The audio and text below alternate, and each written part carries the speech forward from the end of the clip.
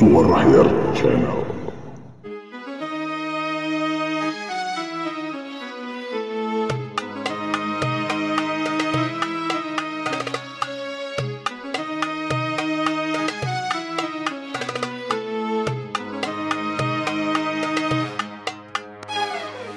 Assalamualaikum warahmatullahi wabarakatuh. Kembali bertemu dengan saya Hayar M. Permana di Suara Hair.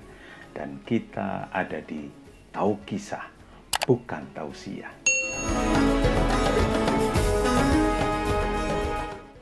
Kali ini saya ingin kembali mengajak Anda untuk mengulik kisah Dhunnun al-Misri, sufi besar pada abad ketiga Hijriah.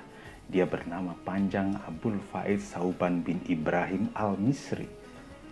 Kata al-Misri di belakang namanya merujuk pada tempat kelahirannya, Mesir. Dhunnun ini seorang sufi yang sangat dihormati. Dia bahkan disebut-sebut sebagai wali yang tersembunyi dan wali kutub oleh para sufi sezamannya.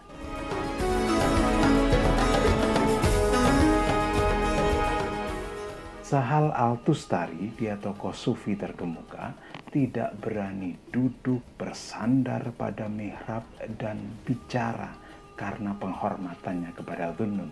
Pada suatu ketika, Sahal ini duduk bersandar pada mihrab dan bicara tentang hal-hal yang tinggi dan keajaiban-keajaiban yang menakjubkan.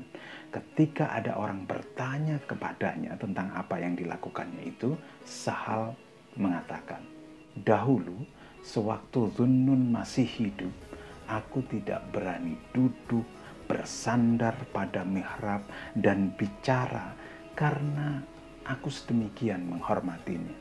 Sekarang Dhunnun telah wafat dan ada orang yang mengabarkan kepadaku, bicaralah Sahal, bicaralah.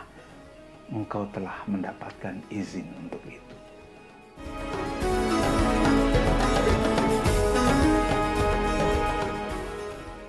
Sekarang kita kembali ke kisah Dhunnun. Suatu ketika dalam perjalanannya, Dhunnun menemukan suasana yang sedemikian meriah. Ada genderang yang rancak, disusul oleh siulan-siulan khas pesta, ada tarian, ada nyanyian. Suasana sedemikian gegap gempita. Dhunnun yang heran kemudian bertanya kepada orang seperjalanannya, "Ada apa ini? Kok sepertinya ada pesta yang sedemikian meriah?" Orang yang ditanya itu kemudian menjawab, "Itu sebuah pesta perkawinan. Di sini orang biasa merayakannya dengan meriah, dengan tari-tarian, dengan nyanyi-nyanyian, suasana yang sangat menggembirakan." Nah, tidak jauh dari tempat itu, terdengar suara jeritan yang memilukan, suara tangisan yang menyayat hati, suara ratapan yang sedemikian mengharu biru. Suasana yang sangat kontras dengan sebelumnya. Dhunnun yang penasaran kemudian bertanya lagi, "Kalau itu ada apa? Sepertinya ada orang yang tengah berduka yang sedemikian dalam." Orang yang ditanya menjawab santai, "Oh, itu jeritan salah seorang yang anggota keluarganya meninggal. Di sini orang biasa menangis, meratap-ratap, berteriak ketika mengalami kejadian seperti itu." Di satu sisi ada kebahagiaan, ada pesta yang sedemikian meriah.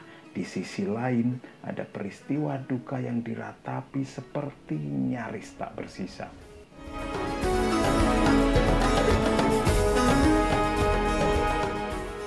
Saat mendapati suasana dan penjelasan seperti itu, Dhunnun kemudian berkata lirih seperti bergumam, "Ya Allah, aku tidak sanggup mengatasi keadaan seperti ini. Aku tidak sanggup berlama-lama di tempat seperti ini. Di tempat yang orang-orang ketika mendapatkan kebahagiaan, mendapatkan anugerah, mereka tidak pandai bersyukur. Sebaliknya, ketika mendapatkan musibah, mereka tidak pandai bersabar." Assalamualaikum warahmatullahi wabarakatuh.